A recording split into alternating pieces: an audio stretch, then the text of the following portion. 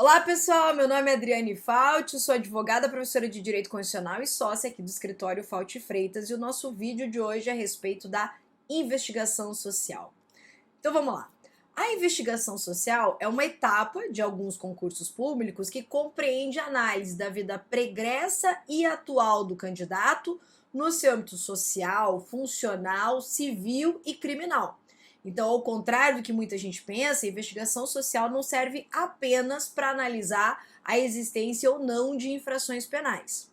Lembrando então que essa investigação social, geralmente ela já se inicia no momento da inscrição do candidato no concurso e termina geralmente então na data da nomeação. Quem vai me dizer isso também é sempre as regras do edital. Então por isso já se inscreveu no concurso, já dá aquela ajeitada aí na vida, porque já a galera já vai estar de olho aí no seu comportamento, inclusive, especialmente nas redes sociais.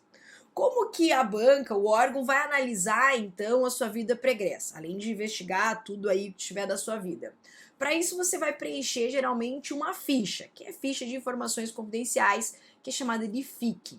Muito importante aqui a minha dica, não mente na FIC. Ah, não mente. Tá escrito lá, responde. Ah, mas isso pode dar problema. Não mente, porque os caras vão descobrir que você está mentindo. E se você tiver omitido ou inventado alguma informação na FIC, a sua eliminação é certa. E daí também não adianta querer judicializar, porque daí você mentiu, né? Você trouxe uma informação inverídica ou omitiu informações nessa ficha. Então é bem importante que você seja o mais transparente e verdadeiro possível. Melhor tentar resolver depois do que omitir ou mentir aqui na FIC. Aqui nesse momento de investigação, então, várias coisas vão ser analisadas. Crimes, teu comportamento nas redes, inclusive, né, eu sempre falo aí para os meus alunos e clientes, né, quando a gente fica postando muita coisa aí nas redes sociais, né, fica postando foto toda hora e vídeo na balada, bêbado e não sei o que, tal, não é proibido ir pra balada, ninguém tá dizendo isso. Mas às vezes se você posta sempre que você tá lá bebendo, aí posta vídeo bêbado e faz não sei o que, tal, a depender da proporção que isso tiver aí, pode gerar algum tipo de alerta ali para tua investigação. Isso porque geralmente vício de embriaguez, uso de droga ilícita, né? Aí você tá lá na balada fumando uns negocinhos esquisitos, né? Tomando, bebendo toda hora. Isso pode depor contra você aqui para essa análise. Lembra que é uma análise não apenas da existência ou pendência de investigação criminal ou de ações penais. Mas esse vídeo de hoje é para falar especialmente a respeito da questão da condenação criminal ou existência de ações penais ou investigações criminais em curso. Há uma grande polêmica se isso pode eliminar ou se não pode eliminar e quais são os critérios que podem te levar ou não à eliminação. Então, de uma vez por todas, para a gente fixar isso e não errar mais, né? Inclusive não falar besteira aí, não ficar apavorado à toa, o que gera, então, a eliminação de candidato na investigação social pela existência de inquérito, ação penal em curso ou se depende de decisão judicial transitada em julgado. Para isso, para a gente resolver e responder essa questão, a gente precisa analisar o tema 22 do Supremo Tribunal Federal, que foi proferido em 2020, e é essa regra que vale até hoje, é isso que você tem que focar, e ela foi proferida no recurso extraordinário 560.900, então 560.900, esse é o recurso extraordinário. Nesse recurso extraordinário foi fixada a seguinte tese, assim: sem previsão constitucional adequada e instituída em lei, não é legítimo, ou seja, não pode, a cláusula de edital de concurso público que restringe e impeça a participação de candidato pelo simples fato de responder a inquérito ou ação penal. Então, basicamente, essa tese está dizendo assim: se não tiver previsão na Constituição, decorrente aqui de interpretação da Constituição ou prevista em lei, não pode simplesmente eliminar o indivíduo do concurso porque ele tem, né, um inquérito ou uma ação penal em curso.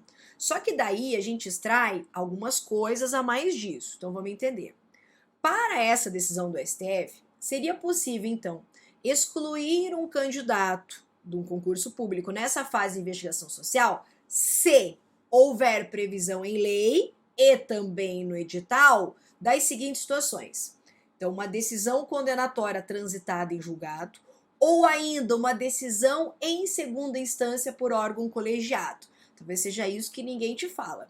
Então, é possível a eliminação se houver uma decisão transitada em julgado ou uma decisão em segunda instância proferida por órgão colegiado, ou seja, por um tribunal. Aliás, aqui nessa decisão do STF, eles pegaram emprestado, aqui por analogia, a interpretação da lei da ficha limpa. Então a gente sabe que para concorrer a cargos eletivos, um determinado candidato pode não poder concorrer se tiver uma condenação criminal por determinados crimes previstos nessa lei, por uma decisão já de órgão colegiado. Então eu preciso, para poder eliminar decisão transitada em julgado ou ainda decisão aqui de um órgão, de um tribunal, ou seja, um órgão colegiado de segunda instância. Mas não basta isso, eu tenho que ter uma decisão transitada em julgado proferida por órgão colegiado e ainda o crime cometido tem que ter pertinência com a função exercida. Ou seja, nem todas as condenações criminais, colegiadas ou transitadas em julgado, vão gerar automaticamente a eliminação de candidato em concurso público. Isso porque o STF deixou isso claro nos seus fundamentos ali, que só aquelas decisões que têm natureza, que se revelem ali em razão da natureza do crime, é que possam gerar aqui a impossibilidade ou seja, a eliminação na investigação social. Vou te dar um exemplo.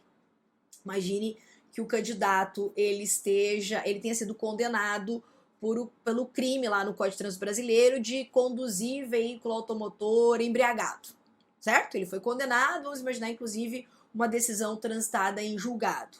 Nesse caso, se por exemplo ele estiver concorrendo ali ao cargo de bibliotecário, nessa jurisprudência, então de acordo com essa jurisprudência do STF, essa condenação criminal dele não geraria de imediato, apenas numa análise assim, por conta apenas dessa condenação, a eliminação desse candidato. Agora, certamente, se esse candidato fosse da área da segurança pública, né, fosse, por exemplo, candidato a PRF, com certeza esse crime geraria a sua eliminação, tá? Então, resumindo aqui a ópera, como que eu posso, quais são as circunstâncias para ter eliminação de candidato em decorrência de crimes? Se a decisão estiver transitada em julgado ou já por órgão colegiado, e ainda, né, claro, sempre definidas em lei, então tem que estar prevista em uma lei, não basta ter mera previsão no edital. E ainda a pertinência entre o crime cometido e a função exercida, tá? Essa é a regra. Só que fica ligado, principalmente você aí, que é da área da segurança pública, magistratura, funções essenciais. Isso porque nesse mesmo julgado o STF destacou o seguinte, que certos cargos, eles pressupõem, assim, por definição, uma certa idoneidade moral, mais estrita que os outros. Então é como se ele dissesse assim, olha, você que vai ser o cara que vai verificar se as pessoas estão cumprindo a lei, por exemplo, magistratura, Ministério Público, Defensoria Pública e os agentes da área de segurança pública. Então, todos lá aí do artigo 144. Ah, vocês vão fiscalizar, né?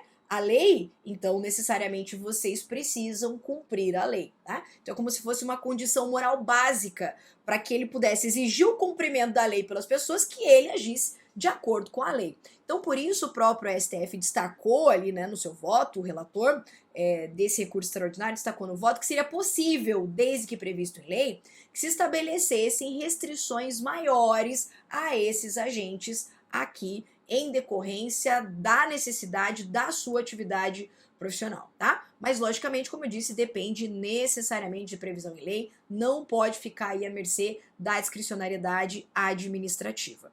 Então, bem importante, vou fazer um concurso para carreira policial. Quero saber se eventualmente o crime que eu cometi aqui pode gerar a minha eliminação. Primeira coisa é analisar a lei que regulamenta a carreira, se ela estabelece alguma coisa, se não pode ter condenação, etc. E ainda verificar aqui, né, se seu crime, por exemplo, tem relação aqui com as atribuições do cargo. É bem verdade que para essas carreiras, como eu falei, magistratura, defensoria, advocacia pública, Ministério Público e para a galera de segurança, a existência muitas vezes de qualquer crime, salvo raras exceções, já pode ser um critério desabonador para a eliminação, tá?